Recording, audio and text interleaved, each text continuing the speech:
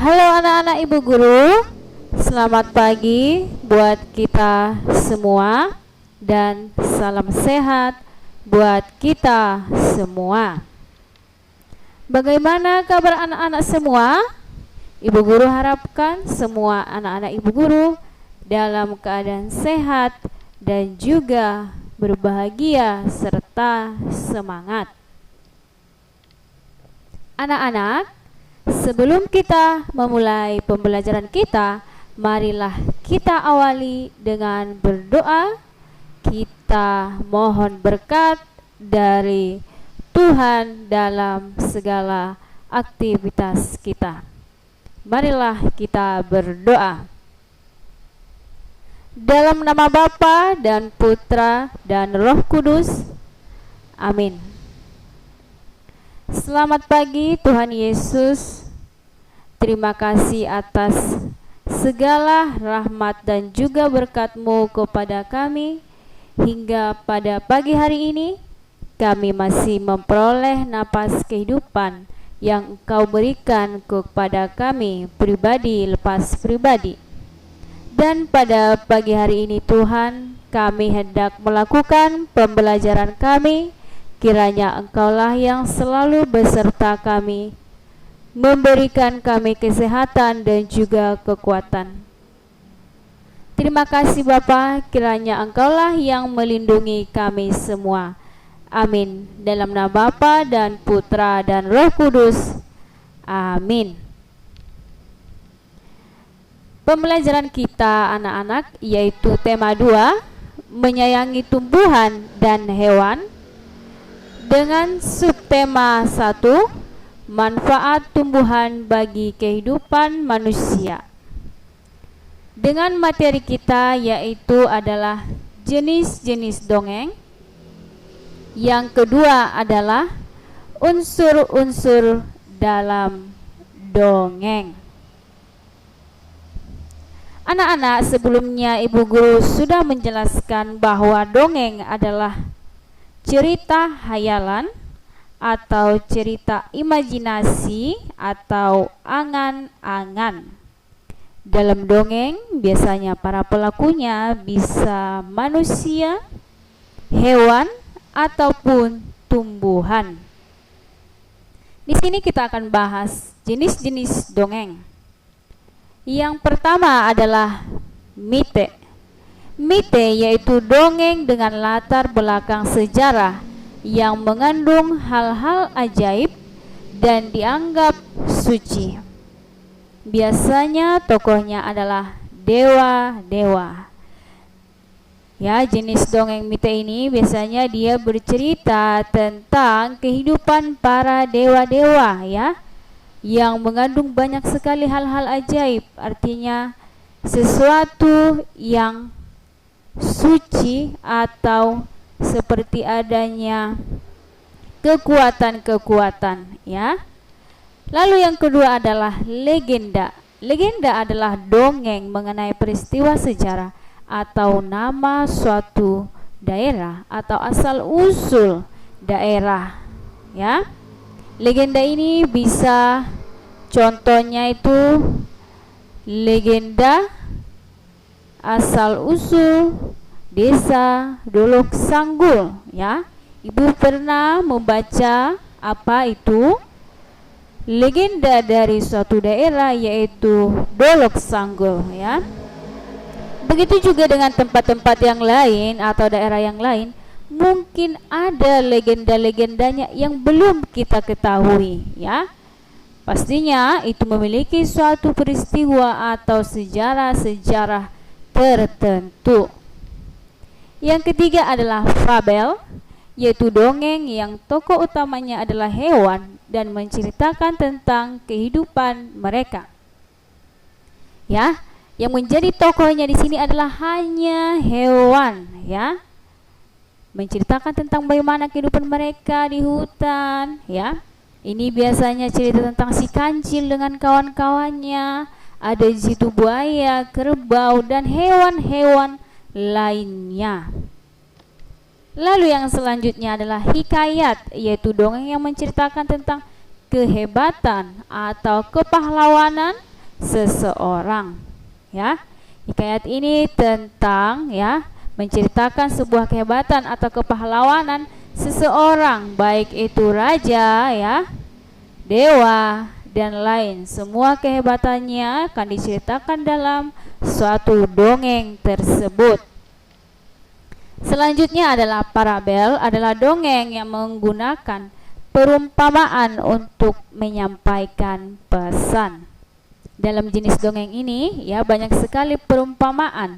Di dalam perumpamaan itu pastinya pesan-pesan yang hendak disampaikan kepada penonton atau pembaca supaya memahami apa arti dari dongeng tersebut.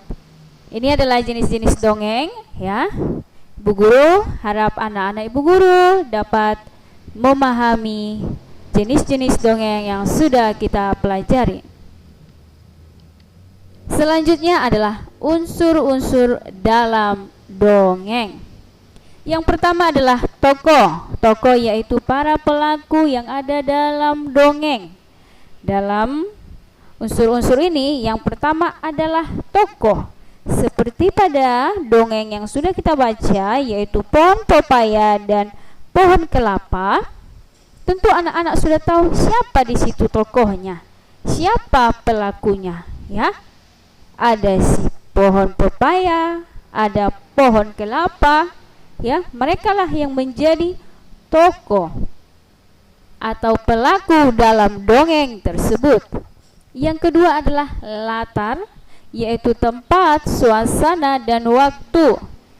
Tempat, di manakah tempatnya? Apakah di hutan, di rumah, di kantor, di kerajaan?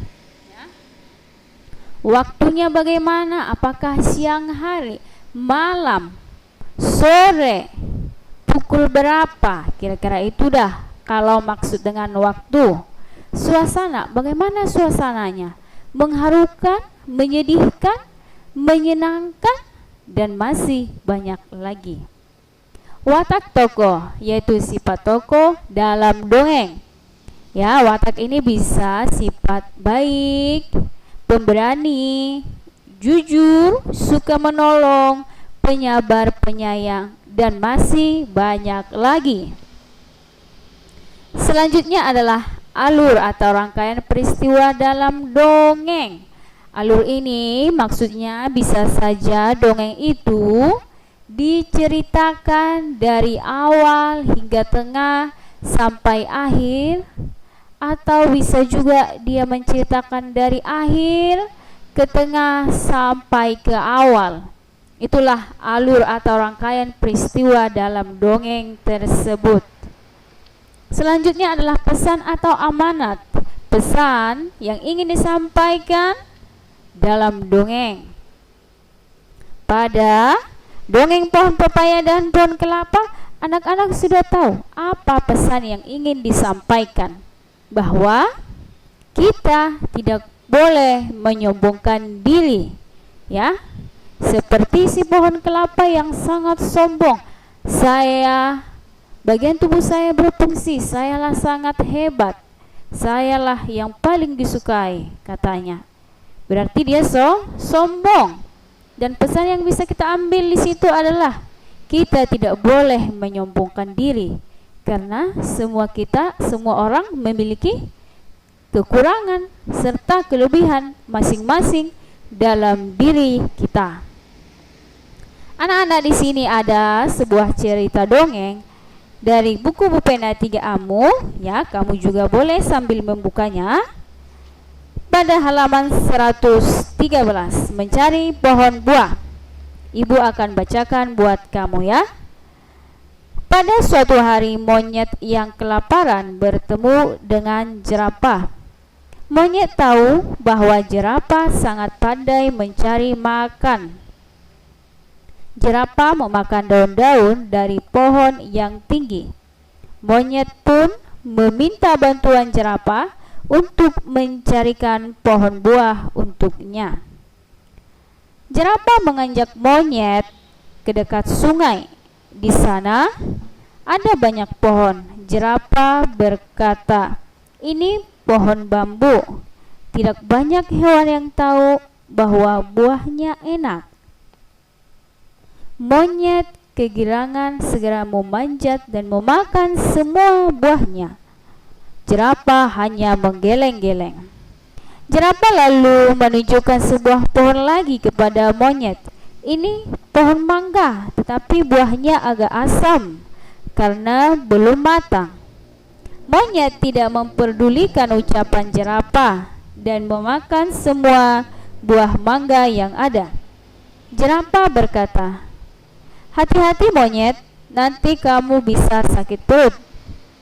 "Ah, tidak mungkin jerapah. Perutku sanggup menampung semua buah ini."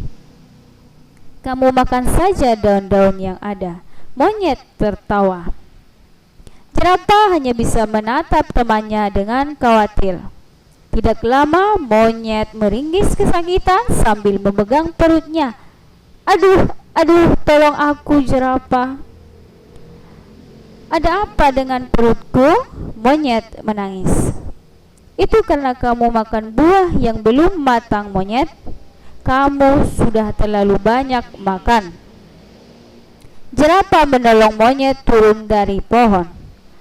"Aku menyesal nih jerapah. Aduh, perutku sakit sekali." Monyet terus menangis. Jerapah lalu mengajak monyet pulang. Monyet berjanji tidak akan serakah lagi. Ya, dari judul dongeng mencari pohon buah, di sini anak-anak sudah terdapat tadi unsur-unsur dalam dongeng ya. Baik itu tokohnya, baik itu sifat tokoh, baik itu latar, amanat, dan juga alur serta latar. Ya. Maka kamu akan mencari nanti apa unsur-unsur yang ada dalam cerita dongeng mencari pohon. Itulah tugasmu, ya. Kerjakanlah soal dari Bu Pena 3A halaman 116, ya. Ayo berlatih nomor 1A, B, C, dan D serta E secara individu atau perorangan. Kenapa Ibu tuliskan di sini secara individu? Karena pada bukumu dikatakan di sini diskusikan.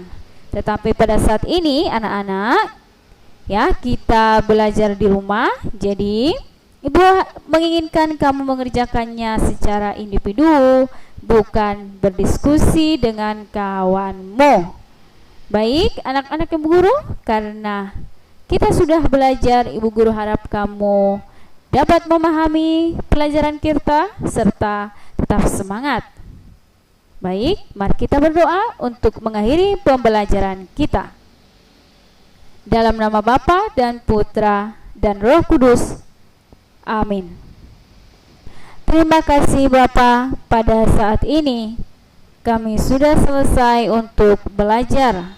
Kiranya Engkaulah yang selalu melindungi dan memberkati kami, terusus buat anak-anak kami yang melakukan pembelajaran di rumah. Kiranya Engkau juga memberkati orang tua anak didik kami yang senantiasa membantu anak kami dalam mengerjakan tugas dan segala kesulitan-kesulitan mereka. Berikanlah kepada orang tua anak didik kami kesehatan serta rezeki-Mu. Terima kasih Bapa. Amin. Dalam nama Bapa dan Putra dan Roh Kudus. Amin. Terima kasih anak-anak.